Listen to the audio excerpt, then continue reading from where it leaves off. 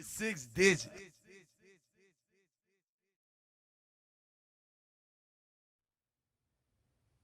What's up, fam? Welcome to another episode of Six Figures to Bigger Figures. All right, now I'm gonna get right into it. Confession. One thing that really grinds my gears as I look at Instagram, Facebook, YouTube, where people are talking about growing wealth and building wealth and generational wealth and the whole nine. It's kind of a hot topic right now, right?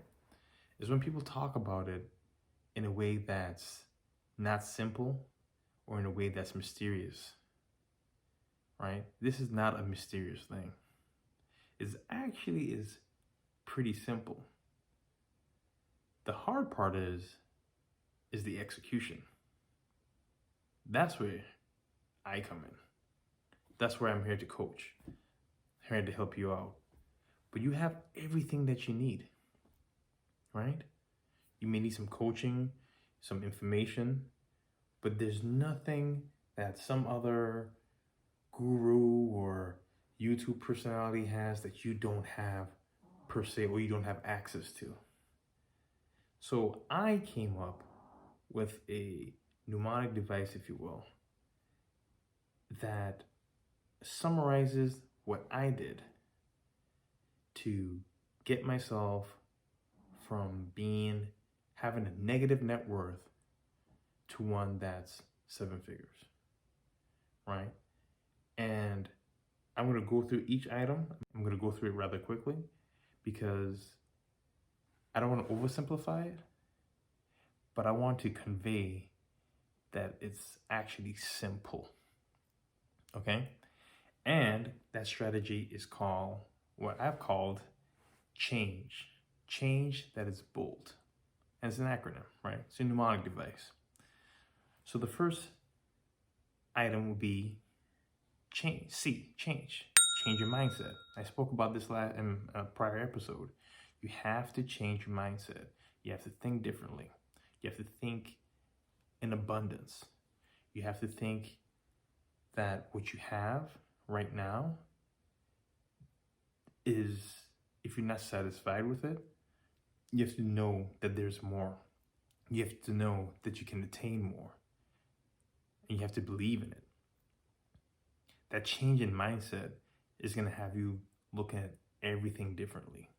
You have to want to change before you can actually change. Okay? The other item, H, have a budget. So I've spoken about this already. Pretty simple, but a simple concept. You want to write down that financial plan. You need to see it. You need to write down those expenses, see what they are, see the money you have coming in, see if you're running at a positive or at a deficit. Then move the triggers or move the levers to get you where you need to be. Okay? A, have aggressive goals and targets. Right? If you aim low, you're going to strike low. Right? You have to aim high so you can strike high. So don't be afraid of those aggressive targets or those aggressive goals. You got to go after them. And I've preached this many times. Not just no debt, but no non-performing debt. Okay? What I mean by non-performing debt, I mean that debt that's not bringing you more money. If you have a mortgage on a home, that is performing debt because that home is appreciating. Okay? I'm talking about your credit cards. I'm talking about that car note. I'm talking about those store credits and those things. Non-performing, you have to get rid of that. G, get money. Right? Very simple, oversimplifying it. But in some cases, you just have to increase your ability to get more money. Right? It's not just about the spending, which is important, very important, but it's also about the money you're bringing in. So you either want to increase the ways in which you're getting money, the streams of income, whether it be a side hustle, side gigs, or focus more on your actual job and find out what it is that you need to equip yourself to get a higher position that will pay you more. Okay? Gotta get money. E, set up an emergency fund. This is very important. The last thing you want as you go on this journey is to have an emergency happen that completely derails you, right? Make sure you have 4 to 6 months. This dog, man. Seriously. Can you chill? Hey.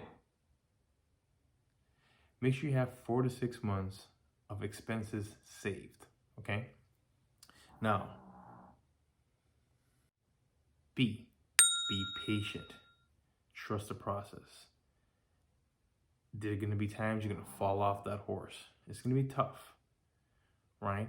But trust the process. Stick with it, okay? Be disciplined. If you fall off the horse, just jump right back on. It's okay. We all fall off. Even I fall off, right? We're all human. Oh, probably the most important, ownership. Ownership. Ownership. Anytime someone talks about, if they talk about wealth management or wealth building and they omit ownership, you need to go somewhere else, okay? Invest in high quality assets, assets that would appreciate, assets that will work harder than you are working, assets that would appreciate and make money while you're sleeping. L, leverage technology. Anytime you can make something automatic, go ahead and make it automatic. If you can do it on your phone, you can pay bills on your phone, you can invest in your phone. Technology has developed to a point where there are few things that we can't do on our phone. Okay, so if you're in your phone all the time, might as well you invest, might as well you pay bills, might as well you use that to research different business opportunities, right? And very important, if you can make things automatic, make it automatic. That way you don't have to think about it, right? If it's paying bills, paying your mortgage, make sure you pay off the credit card debt, or investing in a brokerage account, make it automatic so you don't have to think. Or you take all the thinking out of it. And last but not least, develop a tax strategy. You're gonna need to. As you increase your net worth, as you increase your income sources, you're gonna have to be very careful that all that extra money you're bringing in isn't going right back out to the tax man, okay? The tax law is written in a way that makes it advantageous to do certain types of business, right? Ironically, it's not ironic actually, by design, you have better tax benefits or better tax implications, if you will, when you're a business owner, when you're a job creator, when you're an investor in real estate, when you're an investor in equities. By design, when you invest in those items, when you make money from those means, you have more tax options available to you. One of the worst ways you can make money, dare I say, is through a traditional means of a 9-to-5 job. I see it all the time. Remember, I'm a tax preparer as well, right? So I have clients who are partners, doctors, really good high earners, and it always hurts me to say, hey, you're doing really well for yourself, but there's nothing really you can do about this tax situation because you have one source of income, it's a very traditional way, and you're not an owner in this ordeal, right? Well, if you're a partner, then you have some ownership benefits. But if you just straight, if you just have a really nice job at a firm and don't have any ownership rights, worst possible way to make money. But good for you, right? The good thing there is you have a really strong engine to generate money. So leverage that engine and invest that money that you get from your employment in those vehicles, right? These high quality assets that are gonna be more tax beneficial and are gonna work harder than you are, okay? And that's it. Now that might sound like a lot, but it isn't.